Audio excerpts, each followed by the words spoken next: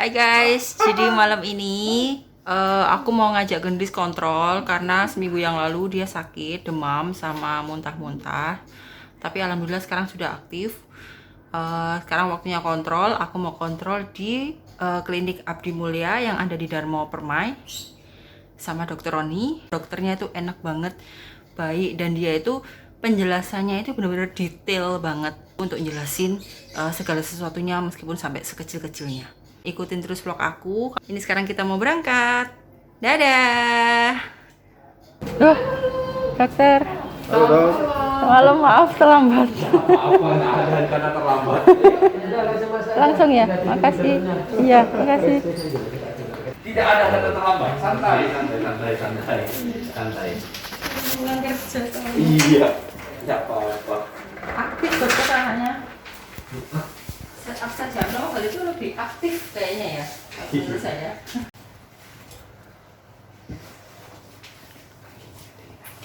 Oh ya, berapa beratnya? 8. Pas. Kemarin 7,9, iya.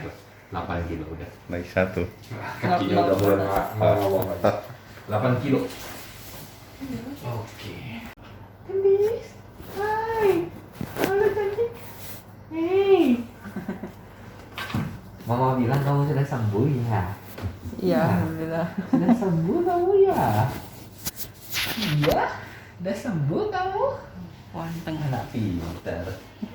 Ya kalau dia sudah sembuh, kalau dia pintar, ya kalau dia sudah sembuh dia akan lebih aktif. Iya. Kayaknya itu dia mau balik dokter. Oh bagus, good. Sekarang usia berapa dia katanya? Usia 5 5. 5 jalan 6. Bisa dijadwalin imunisasi dokter tadi. Bisa. Tunggu ya, kita ngobrol satu-satu dulu ya. Iya. Ngobrol satu-satu. Saya akan menjawab semua pertanyaannya dulu. Nah sebenarnya MPASI itulah waktunya dia belajar makan, dimana dia harus dikenalkan. Nah sebelum usia 6 bulan, apalagi kalau lihat berat badan anak ini, berat badan anak ini kan setara dengan berat badan anak usia 1 tahun. Artinya berat badan anak ini tidak ada masalah. Jadi sebelum usia 6 bulan seharusnya anak ini tidak dikasih makan. Karena hakikatnya kalau kita mau kasih MPASI, dia sudah capek, dia tidurin lagi. Nah, kalau kita kasih MPASI, itu awal biasanya di bawah usia 6 bulan, itu kalau dia berat badannya tidak bagus. Ada anaknya itu kan serat berat badannya ya, entah karena orang tuanya salah pemberian ASI-nya, atau pemberian susu formulanya tidak sesuai dengan dengan aturan dan sebagainya, sehingga serat berat badan dia naiknya, dia jatuh ke gizi kurang atau mungkin jatuh ke gizi buruk. Nah itu biasanya bisa kita berikan pemakanan awal, tujuannya supaya naik berat badan. Nah tapi pada kondisi anak dimana kayak seperti ini, berat badannya tidak ada masalah, sebaiknya jangan ya, karena tidak ada gunanya. Nah nanti pas dia mulai MPASI, nah waktu dia mulai MPASI, ingat mesti harus diajarin rasa-rasa. Dia harus tahu itu rasanya brokoli. Dia harus tahu itu rasanya sayuran buncis, mungkin ibu mau kenalin buncis, ibu mau kenalin sawi. Semua harus dia kenali. Tapi di bubur ya? Ya, tapi dengan konsistensi yang tepat. Artinya kalau mulai biasanya pas usia 6 bulan itu kan puree bentuknya. Artinya benar-benar hancur sekali, ya. benar-benar hancur. Tapi usahakan makanan itu tetap harus ada dia punya taste-nya. Iya. Jadi ibu mau kalau taste-nya ibu rasa ini sudah cukup ya. Bukan taste-nya ini kalau anak-anak usia 6 bulan itu belum bisa dikasih garam. Tapi setidaknya taste-nya itu bisa masuk lah. Bukan rasanya oh ini nggak enak banget nih. Kalau ibunya sendiri aja rasa nggak enak ya apalagi anaknya makan gitu loh ya. Pakai kaldu.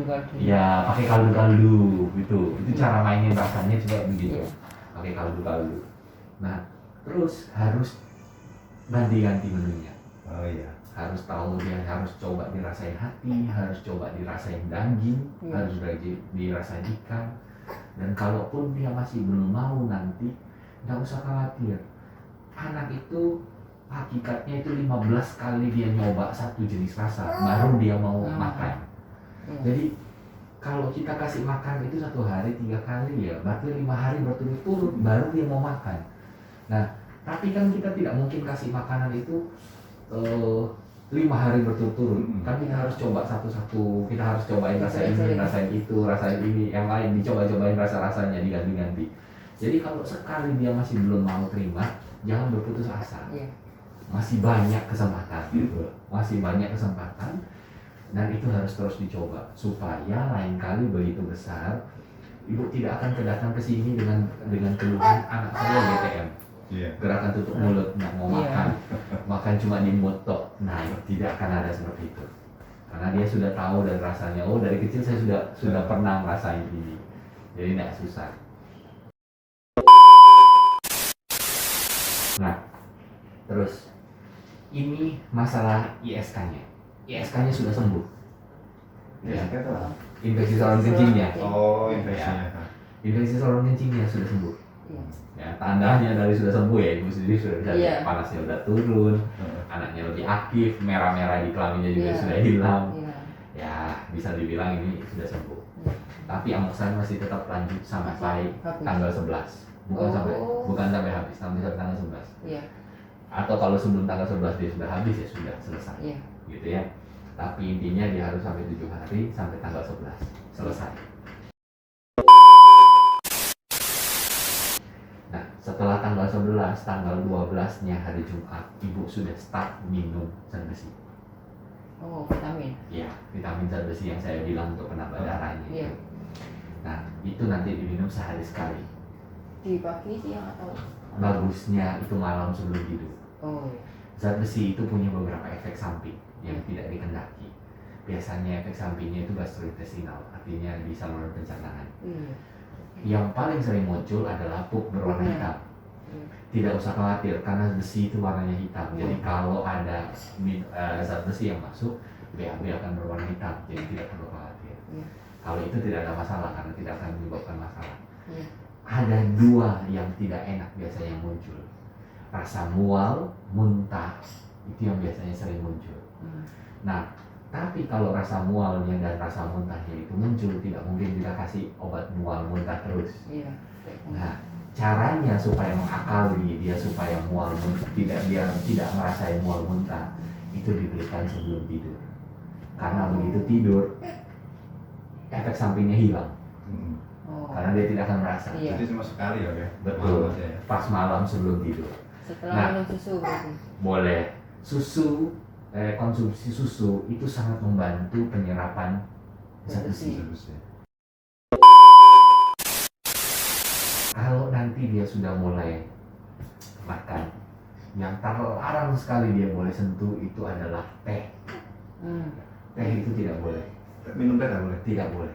Teh itu bukan untuk bayi atau anak-anak yang sedang tumbuh berkembang. Itu bukan makanan mereka. Karena teh itu menghalangi penyerapan berbagai jenis nutrisi sebenarnya. Jadi teh itu tidak baik untuk anak kecil. Nah, untuk kita orang dewasa tidak masalah. Untuk kita orang dewasa tidak masalah. Ya, karena dia menghalangi kolesterol, dia menghalangi banyak lah dia menghalanginya. Kalau kopi gitu gimana, Dok? Tidak boleh juga. Tidak boleh ya?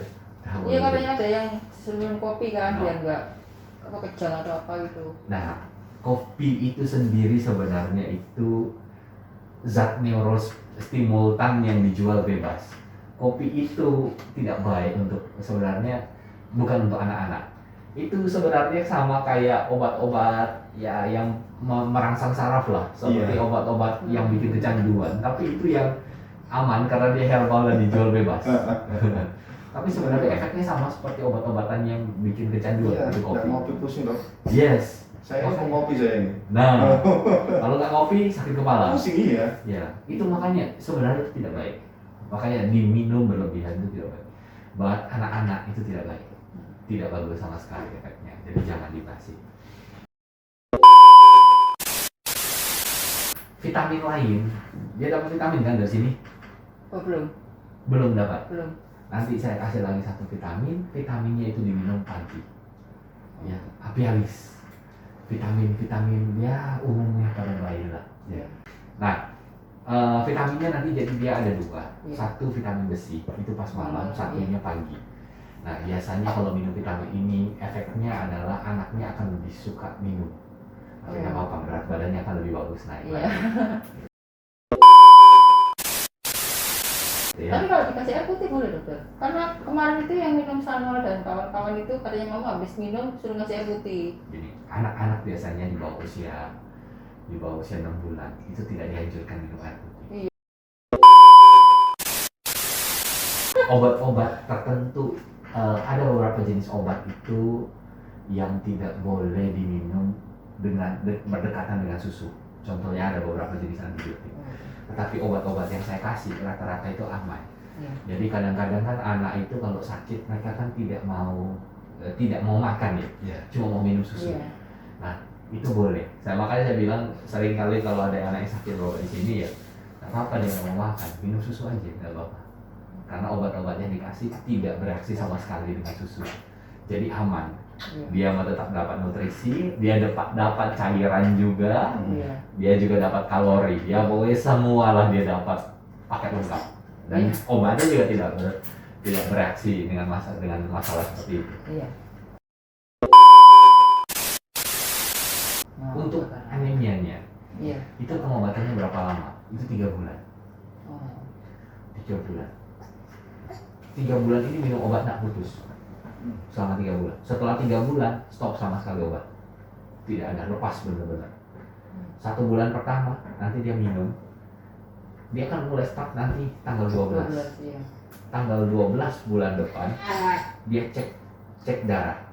Ya kalau udah 12 di sini kan tanggal minum. Tanggal 11 bulan depan, dia cek darah. Gitu ya. Iya. Nah, tanggal 12 bulan depan itu dia cek darah. Gitu. Di situ waktu dia cek darah nanti kita bandingkan hasil yang lama sama hasil yang baru. Kita bandingkan. Nah, obat ini nanti kalau habis, bapak sama ibu tinggal datang, ambil saja di depan, tunjukin itu kotak yang lama, tunjukin beli obat yang baru. Jadi tidak perlu pakai resep dokter. Iya. Ya, cuma jadi karena obatnya itu paling ya cepat habisnya. Biasanya untuk zat besi ini cepat habisnya. Biasanya paling cuma bertahan 3-5 hari habis, beli lagi gitu.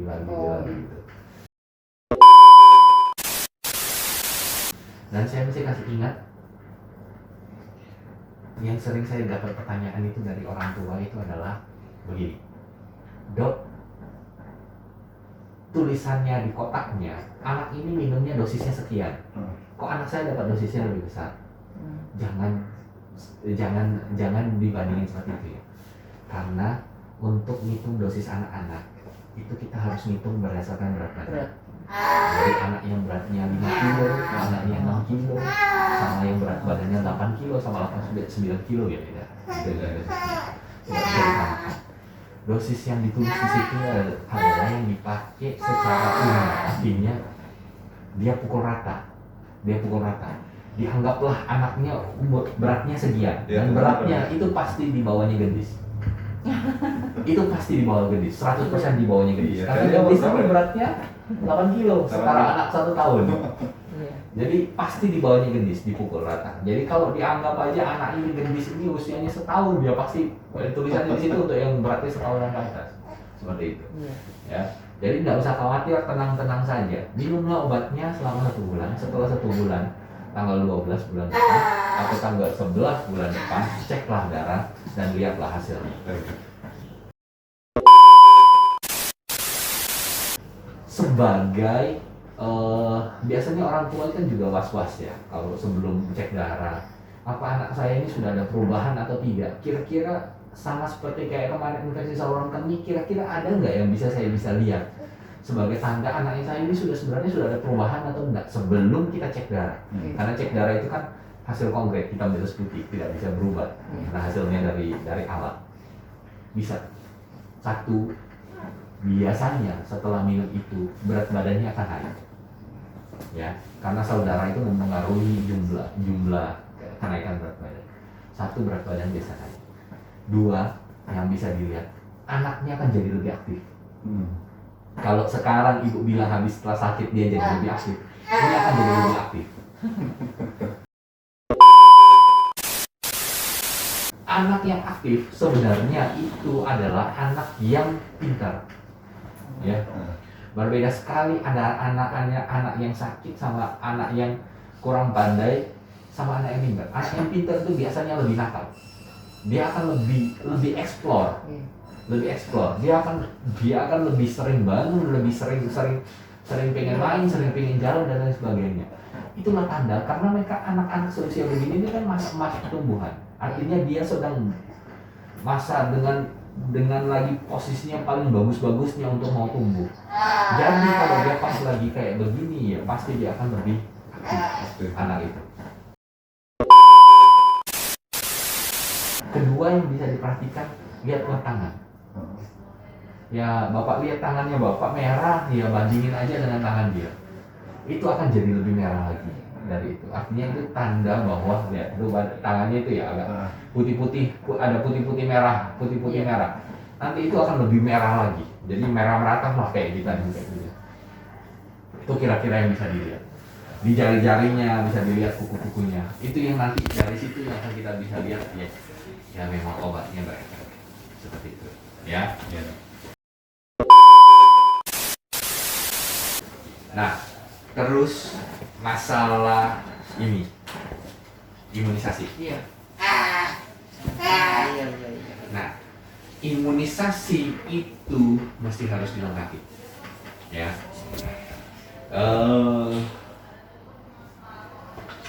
Dia ini, ya, dia ada satu yang belum dia untuk imunisasi dasar usia 5 bulan. Dia 5 bulan kan sekarang? Iya. Dia ada satu, dia sudah yang pasti satu sudah telat, yang satu ini yang ini. Boleh saya tahu ini pakai pentabio kan ya? Yang ini. Iya. Pakai pentabio yang ini kan? Iya. Yang panas toh? Yang panas iya. Iya. Ini yang pasti satu sudah telat itu DPT-nya. Ini imunisasi Yang dasarnya. ketiga. 3, betul. DPT ini sudah nih Kak? Apa pentabio 3 ini sudah nih? Itu belum.